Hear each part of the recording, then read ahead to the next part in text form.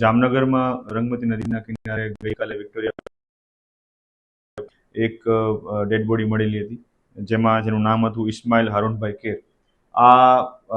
બનાવ મર્ડરનો હોવાનું પ્રાથમિક દ્રષ્ટિએ જણાયા આવતા ત્યારબાદ સિટી એ ડિવિઝન પોલીસ સ્ટેશનમાં આ બાબતની એફઆઈઆર દાખલ કરવામાં આવેલી હતી. જેને અનુસંધાને જિલ્લા એલસીબી અને જિલ્લાના જે સિટી એ ડિવિઝન પોલીસ સ્ટેશન છે એ બંનેની ટીમો દ્વારા આ આરોપીને ડિટેક્શન કરવા માટે અલગ અલગ ટીમો બનાવી અને હ્યુમન ઇન્ટેલિજન્સ અને ટેકનિકલ સર્વેલન્સની મદદથી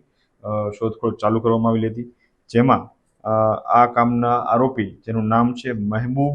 મોહમ્મદ હુસેન સચડા, જે વાઘેરવાડામાં રહે છે જામનગર ખાતે, આનો ડિટેક્શન કરવામાં આવેલું હતું અને આ આરોપીને પકડી પાડી જિલ્લા એલસીબી દ્વારા આ ગુનો ડિટેક્ટ કરવામાં આવેલો છે. આ બનાવનું પ્રાથમિક વિગતે કારણ એવું જણાવેલું છે કે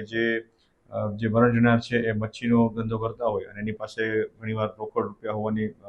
માહિતી હોય અને આ જે આરોપી છે એ મરણ જનારને આશરે છેલ્લા 6-7 મહિનાથી એના સંપર્કમાં હોય, તો તેની પૈસાની લાલચ છે અને સવારે તેને વિક્ટોરિયા બ્રિજ નીચે બોલાવી અને ત્યાં સૌપ્રથમ તેને દોરી વડે ગળા ટૂંપો આપી અને ત્યારબાદ બાજુમાં રહેલા પથ્થર વડે એના માથાના ભાગે ઈજા પહોંચાડી અને આ